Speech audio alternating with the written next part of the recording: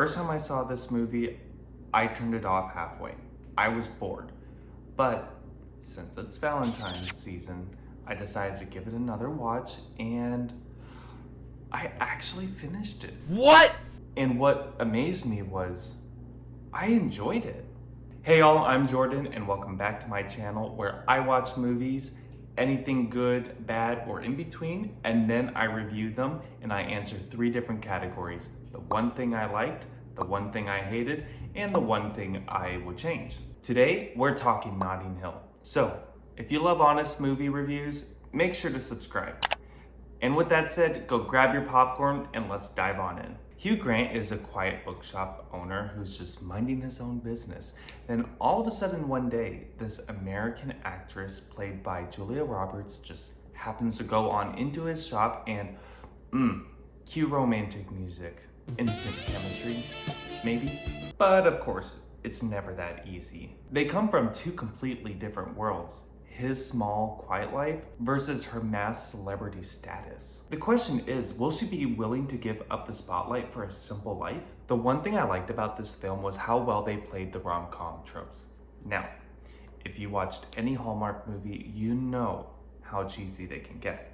However, it seemed quite natural here. You've got the courtship music playing the moment Julia Roberts steps foot into that little bookshop, which automatically makes you feel like you want them to be together. Then you've got the 2 different lives that shouldn't even match together, but somehow they do. You also have the fights because of their different worlds clashing together.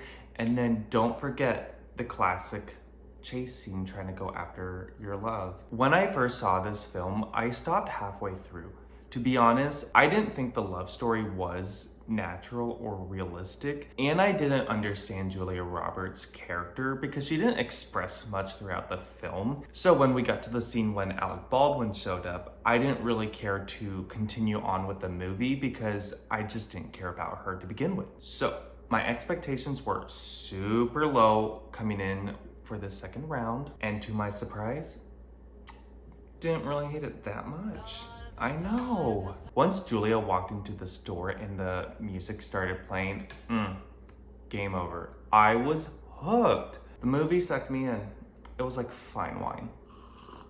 I was so emotionally invested, like I should have poured my wine out for this movie, and I didn't. I do understand that you're not supposed to take this rom-com seriously, nor any other rom-com story seriously. However, once I let my guard down, it was game over. I was having a blast. I was enjoying everything. It was just fun. Okay, so I completely forgot to add this part when I was filming, so I'm so sorry. But the one thing that I hated was at first I thought the movie felt too long, but the more I thought about it, I realized it's not the length, it's actually the love story. At the midpoint, Julia Roberts' character is revealed to have a boyfriend. That should have been a major plot twist, right? No, but instead of adding tension, the movie does nothing. Hugh Grant goes on a few dates, but there's no real conflict. There's no stakes, no real obstacles keeping them apart other than vibes. That's the part that I forgot to add. Now, let's continue with the video. If they had leaned into this love triangle, I think the story would have been tighter and more compelling. Imagine this. Julia Roberts stays with Alec Baldwin not because she wants to be with him, but because it protects her public image. So Hugh Grant sees the headlines and thinks, oh, she looks happy. I guess I can't be with her anymore. So then he decides to go on other dates and finds a girl. But deep down, we know he really does want Julia. He does. Then, when Julia comes back to England to work on her film, they happen to run into each other. Cupid's arrows, they're working hard. Now they both have to make a decision. Julia would risk her public image, but Hugh Grant then has to decide to leave a new relationship. This would have given the story an emotional tug of war, making the second half mean something instead of dragging on. So yeah, it's not that the movie was too long, it just wasn't using its time well enough. Now, the one thing that I would change about this film is have Julia Roberts' character express more of her motivations a little bit further into the film, because the first half of the film, she's very ambiguous and I know she's trying to hide from her fame. She wants a little bit of a simpler life and stuff, but she doesn't really express that to Hugh Grant, not until after the hour marker. Then she decides to express how fame is getting to her. Sure, she has that little moment at the dinner table trying to get that last brownie. However, she doesn't tell Hugh Grant what she actually wants. And that's probably why the first time I watched this film, I quit halfway.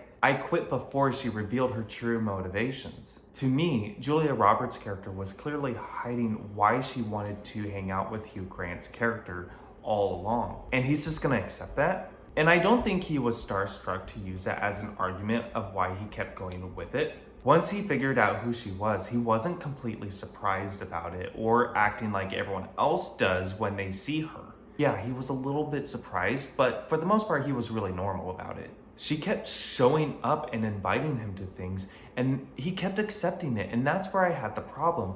Like, dude, you don't know her motivations. You do not know why she's asking you to hang out, and you're still just gonna be voluntarily like, sure, you're not gonna tell me why you wanna hang out with me, but yeah, I'm still going to.